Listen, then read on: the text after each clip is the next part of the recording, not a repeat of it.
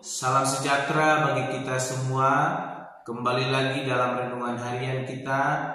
Mari Bapak Ibu kita memuji Tuhan, kita katakan tenang. Bapa, Kau mendengar seruan hatiku, tak pernah Kau lepaskan dari kasih-Mu. Lewat lembah kelam Kau temani aku, Roh-Mu bekerja selalu untuk kebaikanku, mengalir kuasa dari tempat maha tinggi.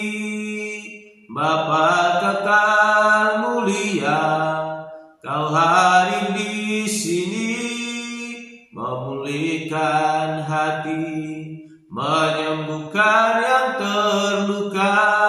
Ku kan tenang bersama-Mu, Bapa. Amin. Mari Bapak Ibu kita membuka Alkitab kita dari 2 Tawarik pasal yang ke-24 ayat 17 sampai dengan ke-27. Demikianlah firman Tuhan. Sesudah Yoyada mati, pemimpin-pemimpin Yehuda datang menyembah kepada raja. Sejak itu raja mendengarkan mereka. Mereka meninggalkan rumah Tuhan Allah nenek moyang mereka, lalu beribadah kepada tiang-tiang berhala dan patung-patung berhala. Oleh karena kesalahan itu Yehuda dan Yerusalem tertimpa murka. Namun Tuhan mengutus nabi-nabi kepada mereka supaya mereka berbalik kepadanya. Nabi-nabi itu sungguh-sungguh memperingatkan mereka, tetapi mereka tidak mau mendengarkannya. Lalu Roh Allah menguasai Zakaria, anak Imam Yoyada. Ia tampil di depan rakyat dan berkata kepada mereka, "Beginilah firman Allah, mengapa kamu melanggar perintah-perintah Tuhan sehingga kamu tidak beruntung? Oleh karena kau meninggalkan Tuhan, Ia pun meninggalkan kamu." Tetapi mereka mengadakan perserikatan terhadap Dia, dan atas perintah raja mereka melontari Dia dengan batu di pelataran rumah Tuhan. Raja Yoas tidak mengingat kesetiaan yang ditunjukkan Yoyada ayah Zakaria itu terhadap dirinya. Ia membunuh anak Yoyada itu yang pada saat kematiannya berseru, "Semoga Tuhan melihatnya dan menuntut balas." Pada pergantian tahun, tentara Aram maju menyerang Yoas dan masuk ke Yehuda dan Yerusalem. Dari bangsa itu semua pemimpin habis dibunuh mereka, dan segala jarahan dikirim mereka kepada raja negeri Damsyik. Walaupun tentara Aram itu datang dengan sedikit orang, namun Tuhan menyerahkan tentara yang sangat besar kepada mereka, karena orang Yehuda telah meninggalkan Tuhan Allah nenek moyang mereka. Demikianlah orang Aram melakukan penghukuman kepada Yoas. Ketika mereka pergi daripadanya, mereka meninggalkannya dengan luka-luka berat. Pegawai-pegawainya mengadakan perserikatan terhadap dia karena darah anak Imam Yoyada itu, lalu membunuhnya di atas tempat tidurnya. Ia mati dikuburkan di kota Daud, tetapi tidak di pekuburan raja-raja. Mereka yang mengadakan perserikatan terhadap dia ialah Zabat anak Simeat perempuan Amon, dan Yosabat anak Simrit perempuan Moab. Tentang anak-anaknya dan ucapan-ucapan ilahi yang banyak terhadap dia, serta tentang perbaikan rumah Allah, semua itu tertulis dalam tafsiran kitab raja-raja. Maka Amazia anaknya menjadi raja menggantikan dia. Amin. Bapak Ibu saya terkasih dalam nama Tuhan Yesus Kristus, dalam renungan kita hari ini saya memberikan tema bagi kita semua, yaitu tinggallah di dalam Tuhan. Sekali lagi, tinggallah di dalam Tuhan. Bapak Ibu saya terkasih, kita melihat bagaimana ketika Raja Yoas di dalam pasal 24 ini ayat 1 sampai dengan yang ke-16 dijelaskan bagaimana Raja Yoas mengalami berkat anugerah daripada Tuhan, sebab ia mendengarkan perkataan Tuhan melalui Yoyada yang boleh terus menasihati, mengingatkan Raja Yoas, sehingga dia boleh mengalami kasih karunia yang daripada Tuhan. Ini membuktikan bahwa setiap orang yang mau tinggal di dalam Tuhan, yang mau melakukan kehendak Allah, akan mengalami kasih karunia yang daripada Tuhan. Namun tak lama kemudian kita memperhatikan bagaimana Raja Yoas berpaling daripada Tuhan.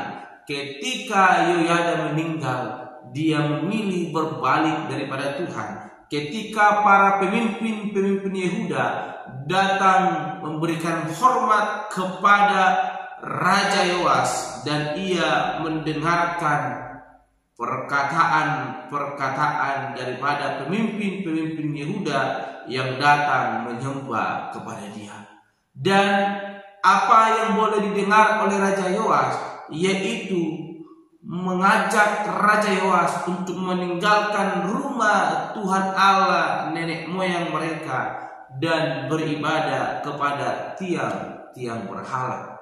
Bapak Ibu saudara terkasih, ketika Raja Yoas fokus kepada Allah, ia boleh beribadah kepada Allah, masuk ke dalam rumah Tuhan Allah nenek moyang mereka.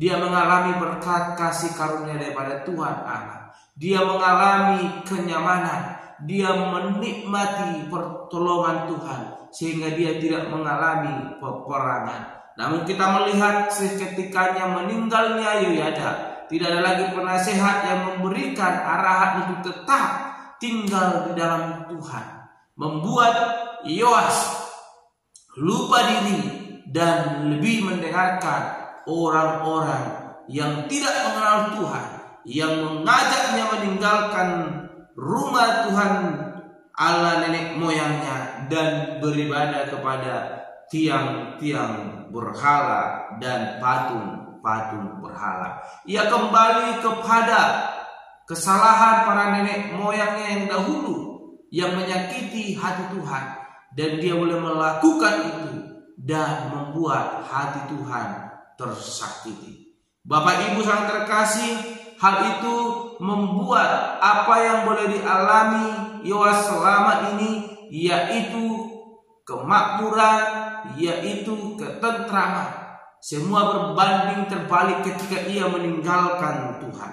Kita melihat kasih Tuhan masih begitu besar melingkupi Raja Yoas, sehingga Tuhan mengutus nabi-nabinya kepada mereka supaya mereka berbalik kepadanya. Namun kekerasan hati yang telah dipenuhi oleh berhala-berhala membuat Raja Yoas menolak akan peringatan itu. Sampai kita melihat yang ke-20 bagaimana roh Allah menguasai Zakaria, yaitu anak dari Imam Yoyada yang telah meninggal.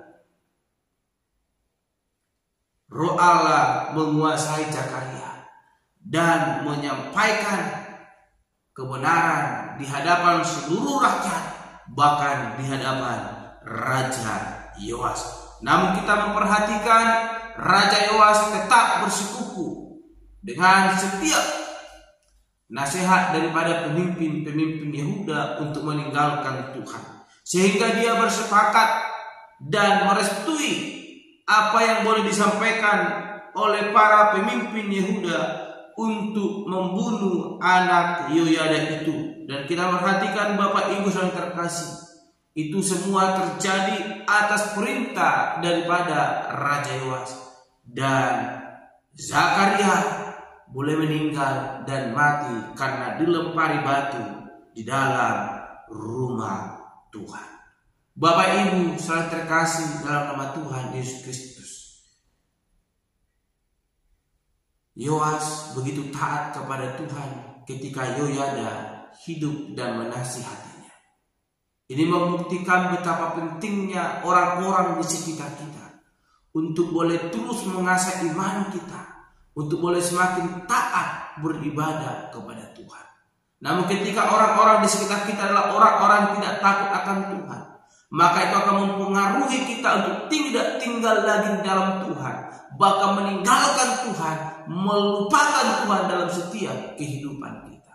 Oleh karena itu Bapak Ibu saudara terkasih dalam nama Tuhan Yesus Kristus, kebenaran firman Tuhan yang boleh kita renungkan hari ini mau mengajarkan kepada kita supaya kita memperhatikan orang-orang di sekitar kita. Marilah kita mencari orang-orang yang boleh membawa kita semakin dekat kepada Tuhan, bukan orang-orang yang boleh mempengaruhi kita untuk boleh menjauhi rumah Tuhan, sehingga kita jauh daripada berkat kasih karunia Tuhan.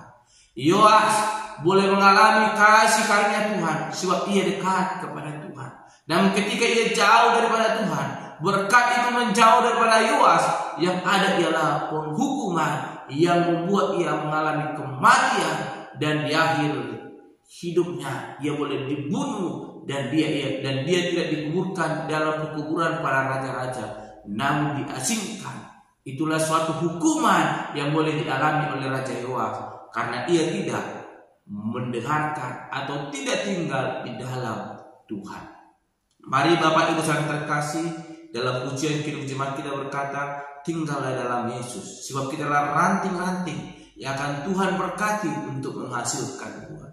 Mari tinggallah di dalam Tuhan, tinggallah di dalam Yesus, maka berkat kasih karunia akan mengalir dan membuat kita semakin berbuah di hadapan Tuhan Allah. Sebab ketika kita tidak tinggal di dalam Tuhan, maka kita akan menjadi ranting yang akan dibuang, dicampakkan ke dalam perapian yang tidak memiliki arti lagi. Mari Bapak Ibu, tinggallah di dalam Tuhan, biarkan Tuhan yang bekerja atas hidup kita, maka kita akan mengalami kasih karunia-Nya yang boleh melimpah melingkupi hidup kita. Amin. Mari kita berdoa. Bapa Surgawi, kami kembali bersyukur untuk kebenaran firman Tuhan yang boleh kami renungkan, yang mengajarkan kami untuk tetap tinggal di dalam Tuhan. Kami belajar dari Raja Yoas, ketika Yoyada meninggal, dia boleh bersekutu dengan orang-orang yang tidak takut akan Tuhan, sehingga hidupnya jauh daripada Tuhan, sehingga mengalami murka yang daripada Tuhan. Berkati kami Tuhan agar hidup kami semakin dekat kepada Tuhan, dan kami boleh mengalami kasih karunia yang daripada Tuhan Allah. Terpuji Engkau Bapa, di dalam nama Tuhan Yesus Kristus kami berdoa dan menutup renungan pada hari ini. Haleluya. Amin. Shalom Bapak Ibu, Tuhan Yesus memberkati.